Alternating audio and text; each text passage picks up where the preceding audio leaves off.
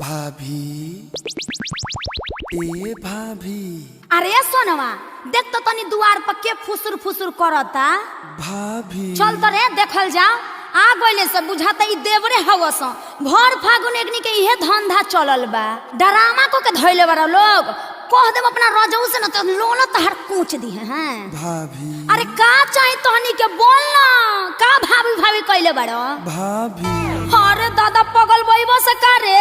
रांची भेजवा लोग। होली में हम पुआ पूरी बनाई के रांची जाई। भाभी सारा रा रा रा रा रा रा रा रा रा रा रा रा रा चुकी ची सारा रा रा ओ तो सनाबी आई बाई भाभी भौजी हो होली में दे दो एगो गिफ्ट आई अपना बहिन संगे कोदो हमके शिफ्ट बोला हाय रे भाभी। अरे बाप रे बाप। आई कहां ले आइल बा लोग। आई रावली ले आज कोई घर में बा लोग। रहरी के तीन गो पाता तीनों का चनार जी रहरी के तीन गो पाता तीनों का चनार जी भैया के तीन गो साली तीनों हई खिलाड़ जी भैया के तीन गो साली तीनों हई खिलाड़ जी भाभी देखो हमरा बहिन के बारे में बोलबो न त ठीक ना हो ये कलू। तहार फिल्म उलिम कइल सब छोड़ा देब। तो ट्रेलर रिलीज होगा ना। देखो तहार मोय झूल पिछाड़ल छोड़ा देब। ढेर हीरो बनता रह ढेर। तब भाभी तारा बुरा लगता तो बताओ का सुनाई। अरे बढ़िया चीज सुनावा। कुछ साफ सुथरा सुनावा। देखो तारा कि बलगर गाना पर केस हो जाता।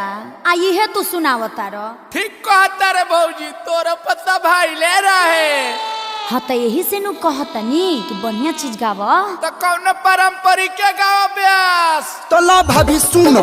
गाई के गोबर नाली पायो गाई के गोबर नाली पायो गजमोती चौका पुरायो भले हो। अरे तू लोग तिलक के गीत गावे लगला लोग। कुछ नया सुनावा। तो ला है ना का विवादित सॉन्ग सुनो। सुनाओ रे बाबा सुनाओ। ए भौजी कहाँ अरे काहे ब्यास तू क्या करबो प्रेजेंटेड बाय आदि शक्ति है यही से गावतानी। ये भौजी ताहर बहिना में के डाली आयो फर कबूल कर हाली हाली चाहतारी डालावा वाला पन गाल मालावा वाल होलिया हमें हंस के लजाली। ए भौजी ताहर ए भौजी ताहर बहिना में के डाली आयो फर कबूल कर हाली हाली।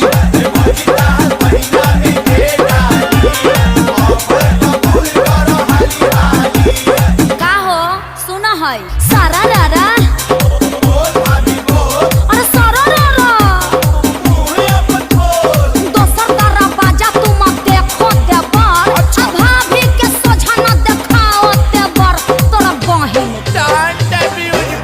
भाभी बड़ी भागे आइल बाड़ी बहिनी हमारी इज्जत कर देवरू। बड़ी भागे आइल बाड़ी बहिनी हमारी इज्जत कर देवरू।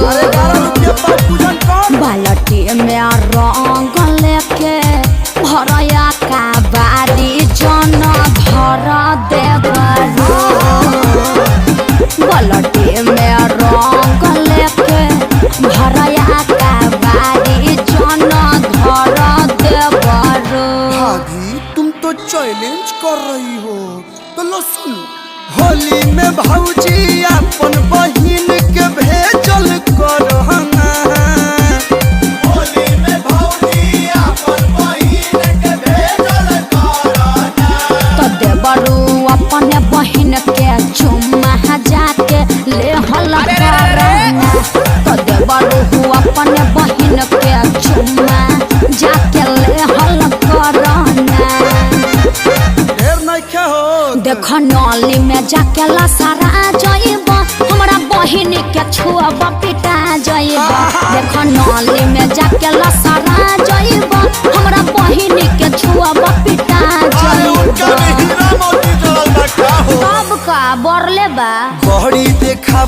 तारी चोन्हा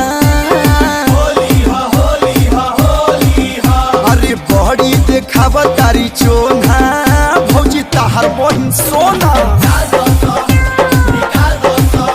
अरे रंग दसैन कर खदोना ले जाई के कोना हमारी भौजी कैसी हो